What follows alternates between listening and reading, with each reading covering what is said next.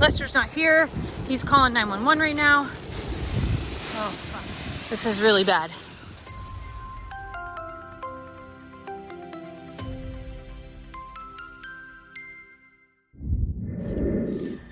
Four hours later, and I can't tell you the crazy emotions that are running through me right now. I wanted to have emotion when it was happening, but I was very much in do mode from moving longhorns and moving ostriches and ensuring that equipment got pulled out of the barn and feed got pulled out of the barn, because we just didn't know how things were going to unfold and which way the wind was going to go. Something incredible. They used 4 foot of water from the pond, but thank God that we were able to have the water in the pond, because if this happened without us pumping it into there wouldn't have been any water, and there's no way they could have got it from the river. It took at least 4 fire departments. I think a few more showed up later. So many men and women, people that not only were here fighting the fire, but people here to run the trucks, people here to deliver waters and check medically for the other firefighters. Like, my soul is overwhelmed with a sense of community that happened today.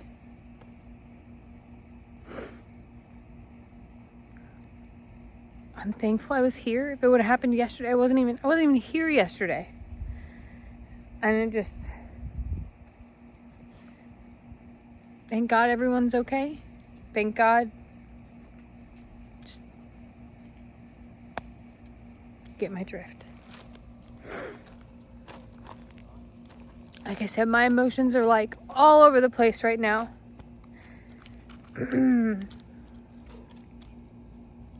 But here's a few clips of all the things that I was able to record. And I will say, I was not a good historian today. I was focused on doing and not videoing. I was here alone and stepped off of a work call to walk out to find this. And then to just start doing. And I'm grateful I was here. I am so grateful I was here. And I'm so grateful for the people who came to our rescue. And blessed that it didn't go any further than it did. I'm sad that it happened.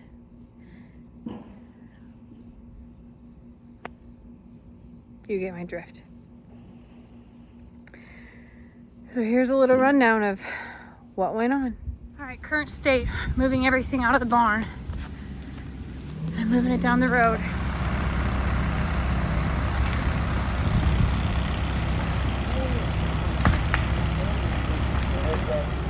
Sheriff's here now. Everybody's doing their best to help us move everything out of the way. I'm trying to save feed. And then if worst case scenario, I'm gonna go save hay too. This is so bad. So bad. We are so blessed to have so many people here.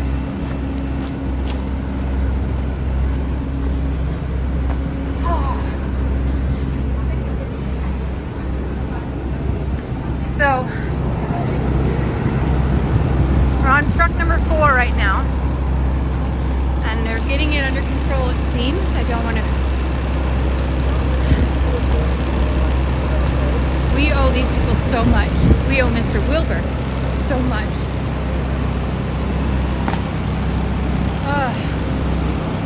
Okay. I've never been so thankful that there's water in our pond on top of everything else. So, Chris is out here in his normal work clothes and is getting things under control, I hope.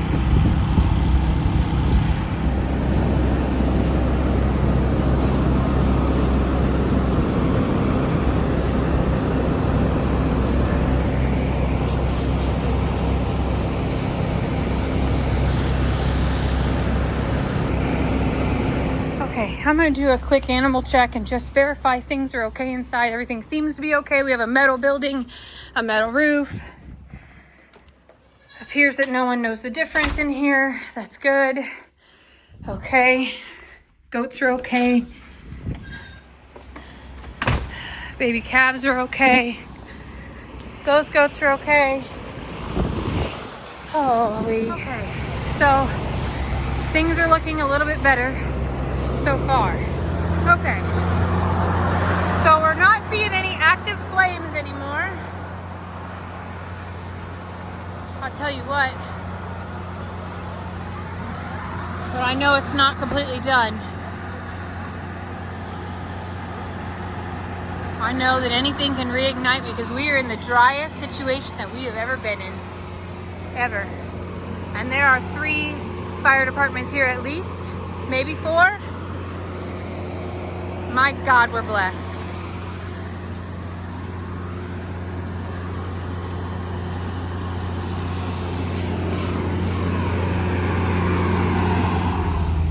This is the scariest. This is actually more scary than a hurricane. We got trucks going to refill.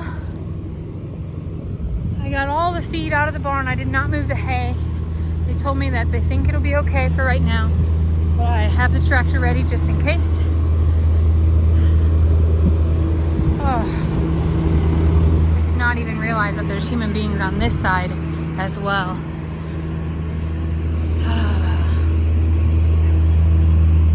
Animals have all run up to the front, thank God. What was crazy is first the bulls were in the barn and I ran out there to run them out, and it was like they knew the second that I walked up to them that they needed to go. I didn't have to coach them, nothing. They just went as far as they could.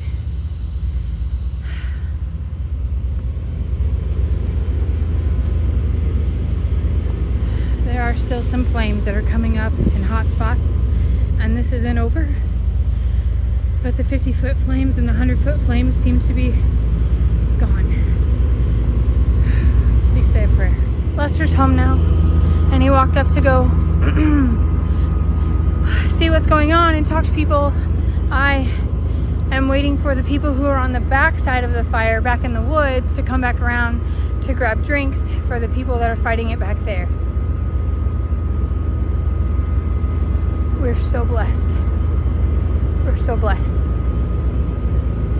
An hour and a half ago, my phone rang with probably one of the scariest phone calls I've ever received in my life. Jamie, there's smoke outside. And I didn't believe it. And I walked outside, and not only was there smoke, but there was flames. Big ones.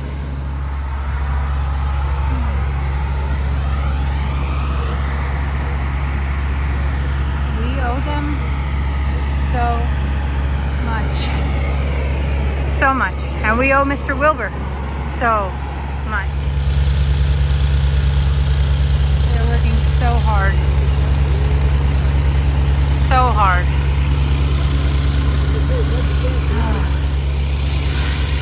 So this was an old trailer.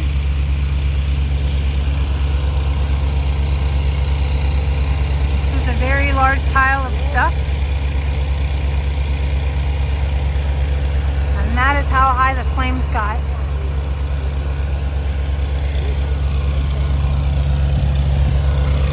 We were blessed. This work is probably some of the most dangerous, hot, and miserable work, but what they're trying to do is uncover any potential hot spots so that it doesn't come back.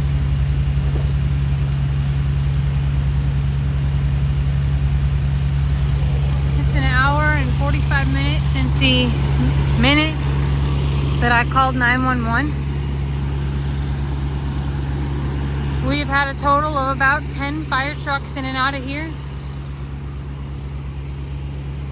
30 plus men and women helping, concerned neighbors.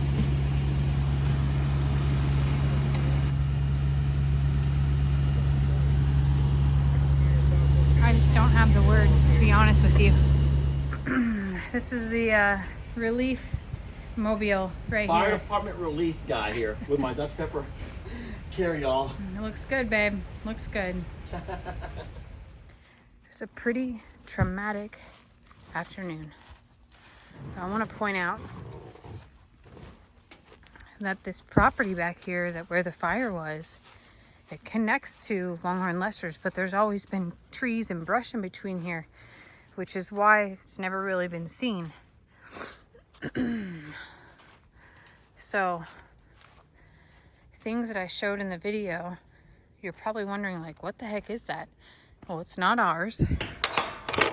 It's been abandoned since Hurricane Harvey because it's part of another piece of property that used to be campgrounds. But the dam washed out, as I understand, in Harvey, and it's just been uninhabited. And what was back here was a double wide trailer and junk, essentially. And it's been empty. And somehow, on a day where there was a red flag warning, which in air quality red flag, that means fire risk. And boy, oh boy, were they spot on.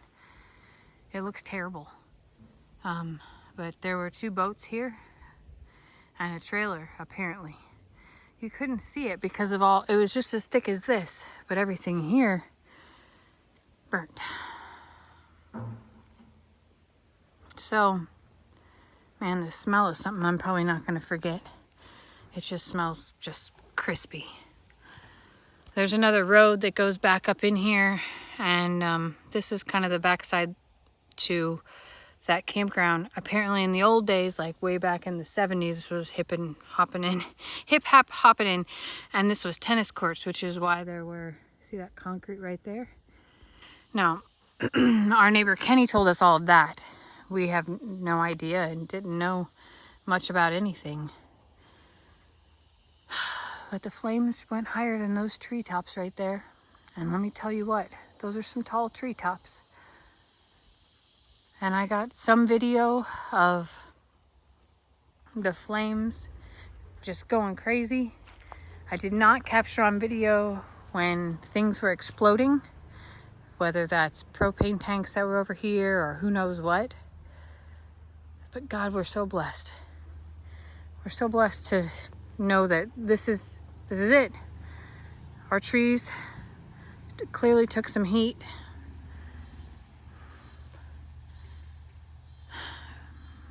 But it's out. Oh my gosh, there's 2 cases of water here.